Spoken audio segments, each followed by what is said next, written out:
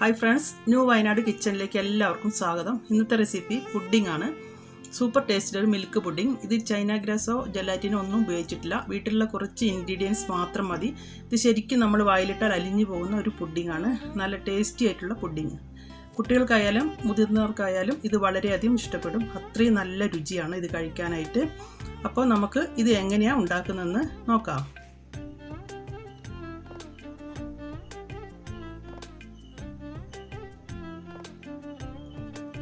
പാൽ 3/4 ലിറ്റർ, പഞ്ചസാര 6 spoon, cornflour 5 spoon, milk made 3 spoon, ഇത് ഓപ്ഷനിലാണ്,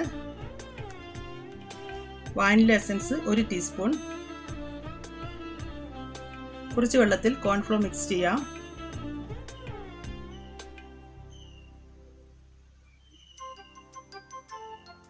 സ്റ്റവ് കത്തിച്ച് പാൻ വയ്ക്കാം. അതിലേക്ക് പാൽ ഒഴിച്ചു കൊടുക്കാം. ലോ ഫ്ലെയിമിൽ ഇടണം.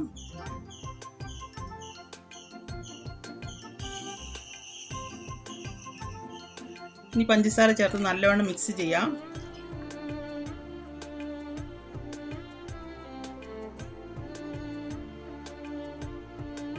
അതിനുശേഷം 3 സ്പൂൺ മിൽക്ക് മെയ്ഡ് ചേർക്കാം.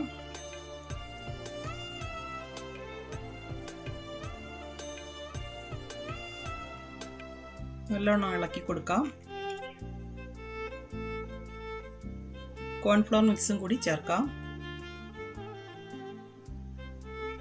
ഇനി നല്ലപോലെ കൈവിടാതെ ഇളക്കി കൊടുക്കാം. 1 ടീസ്പൂൺ വാനില എസൻസ് ചേർത്ത് കൊടുക്കാം.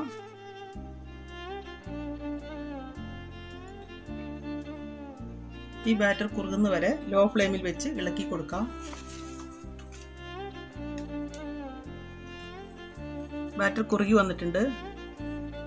പുഡിംഗ് സെറ്റ് ചെയ്യുന്ന ബൗളിലേക്ക് മാറ്റി കൊടുക്കാം.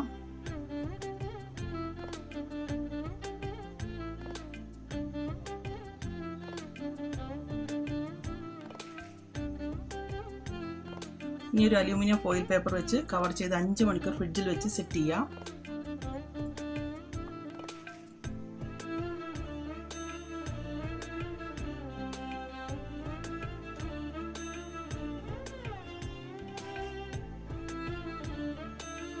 അഞ്ച് മണിക്കൂറിന് ശേഷം നമ്മുടെ പുഡിംഗ് സെറ്റായിട്ടുണ്ട്. ഇനി ഒരു പ്ലേറ്റിലേക്ക് ഡിമോൾഡ് ചെയ്യാം.